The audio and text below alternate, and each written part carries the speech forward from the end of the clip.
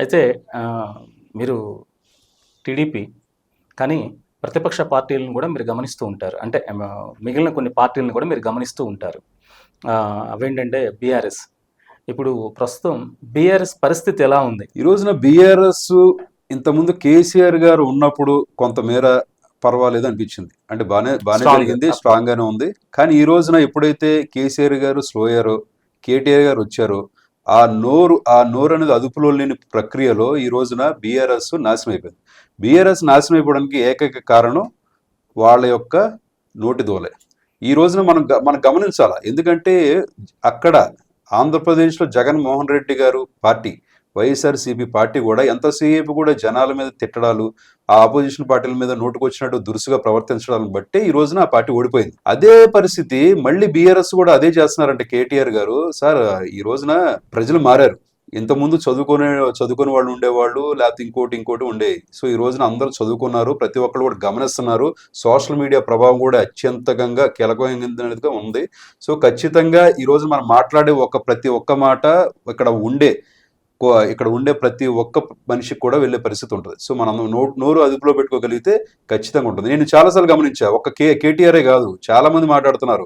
ఇంతకుముందు పాడి కౌశిక్ రెడ్డి కూడా చంద్రబాబు నాయుడు గారి మీద, లేకపోతే ఆంధ్ర వాళ్ళ మీద నోటుకు వచ్చినట్టు మాట్లాడడం కూడా చూసాం. అవన్నీ తప్పు మాటలు. ఈ రోజు మీరు జూబ్లీహిల్స్ ఓడిపోయారంటే కేవలం మీరు ఆంధ్ర వాళ్ళని అన్నారు కాబట్టి ఓడిపోయారు. ఎందుకంటే ఆల్మోస్ట్ 70% ఆంధ్ర వాళ్ళు ఉన్నారు అక్కడ. సో అంతేకాకుండా ఈ రోజున చంద్రబాబు నాయుడు గారిని కూడా మీరు ఎవరైతే రేవంత్ రెడ్డి గారు ఉన్నారు, చంద్రబాబు నాయుడు గారి శిష్యుడు, సో ఇక్కడ ఉన్న ప్రాజెక్టులను అక్కడ తీసుకెళ్లిపోతున్నారు, ఇలా నోటుకు వచ్చి మాట్లాడారు. కానీ పాడి కౌశిక్ రెడ్డి ఆ నోరు దోల ఉంటే గనక అది ఎక్కువ కాలం రాజకీయాలు ఉండలేవు. అది గమనించుకో. ఈ రోజున నువ్వు మాట్లాడితే ఆంధ్ర వాళ్ళు, నువ్వు ఇది ఏ జిల్లా ఆ జిల్లా, నువ్వు ఈ చంద్రబాబు నాయుడు ఎందుకు సపోర్ట్ చేస్తున్నావు, ఇలాంటి నోటుకు వచ్చి మాట్లాడుతున్నావు కదా. అసలు నీది ఏ జిల్లా? నువ్వు హైదరాబాద్లో పుట్టావా? నీకు హైదరాబాద్లో సొంత ఇల్లు ఉందా? నీ కాన్స్టిట్యున్సీ అక్కడ, నువ్వు వచ్చి గలాట చేసేది ఆడ. నువ్వు గుర్తుపెట్టుకోవాలా. నీ కాన్షియన్స్ ప్రజలు నువ్వు 1000 కోట్లు తీసుకొస్తావు అని చెప్పి నువ్వు హామీ ఇచ్చావు. నువ్వు ముందు అక్కడ నువ్వు పని చేసుకో. అంతేగాని ఇక్కడికి వచ్చి నోటుకొచ్చినట్టు మాట్లాడితే కనుక చంద్రబాబు నాయుడు గారి గురించి ఖబర్దార్, అది రానున్న రోజుల్లో చాలా తీవ్ర పరిణామాలు ఎదురవుతాయి, గుర్తుపెట్టుకోవాలి. అంతేకాకుండా అదే జిల్లాకు సంబంధించిన ఇంకొక పెద్ద ఆయన కూడా మాట్లాడుతున్నారు. సో వాళ్ళు కూడా ఎంతసేపు కూడా మీకేంటంటే చంద్రబాబు నాయుడు గారిని తిట్టడం, లేదా తెలుగుదేశం పార్టీ వాళ్ళని అవమానించడం, ఇలాంటివన్నీ చేస్తూ కూర్చుంటే తెలుగుదేశం పార్టీ వాళ్ళు చూస్తూ కూర్చోరు. ఖచ్చితంగా ఇక్కడ తెలుగుదేశం పార్టీ యొక్క అభిమానులు కానీ, చంద్రబాబు నాయుడు గారి అభిమానులు కానీ, ఎన్టీ రామారావు గారి అభిమానులు కానీ మీ పార్టీలో కూడా ఉన్నారు. ఖబర్దార్, మీరు అందరూ జాగ్రత్తగా నోరు అదుపులో పెట్టుకోగలిగితే ఆ రోజున మీ పార్టీ కనీసం రేపొద్దున 10 సీట్లు గెలిచే అవకాశం ఉంటుంది. లేదనుకో ఏదో పార్టీలో విలీనం చేసుకోండి. మీరు మా పార్టీలో విలీనం చేస్తానని చెప్పండి, దాన్ని బట్టి మనం కూర్చుని మాట్లాడుకుని అప్పుడు మనం చర్చిద్దాం. అసలు యాక్చువల్గా బీఆర్ఎస్ క్యాడర్లో దాదాపు సగం టీడీపీ క్యాడర్ అని అంటారు. అందులో వాస్తవం ఎంత?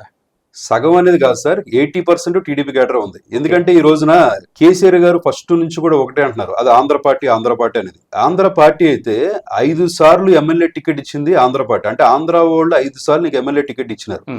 అంతేకాకుండా 2001లో పార్టీ పెట్టిన తర్వాత ఏమంటున్నావు, మాకు సపరేట్ తెలంగాణ పార్టీ మాది, ఆ పార్టీకి సంబంధం లేదు, తెలుగుదేశం పార్టీకి సంబంధం లేదు అని మాట్లాడుతున్నావు.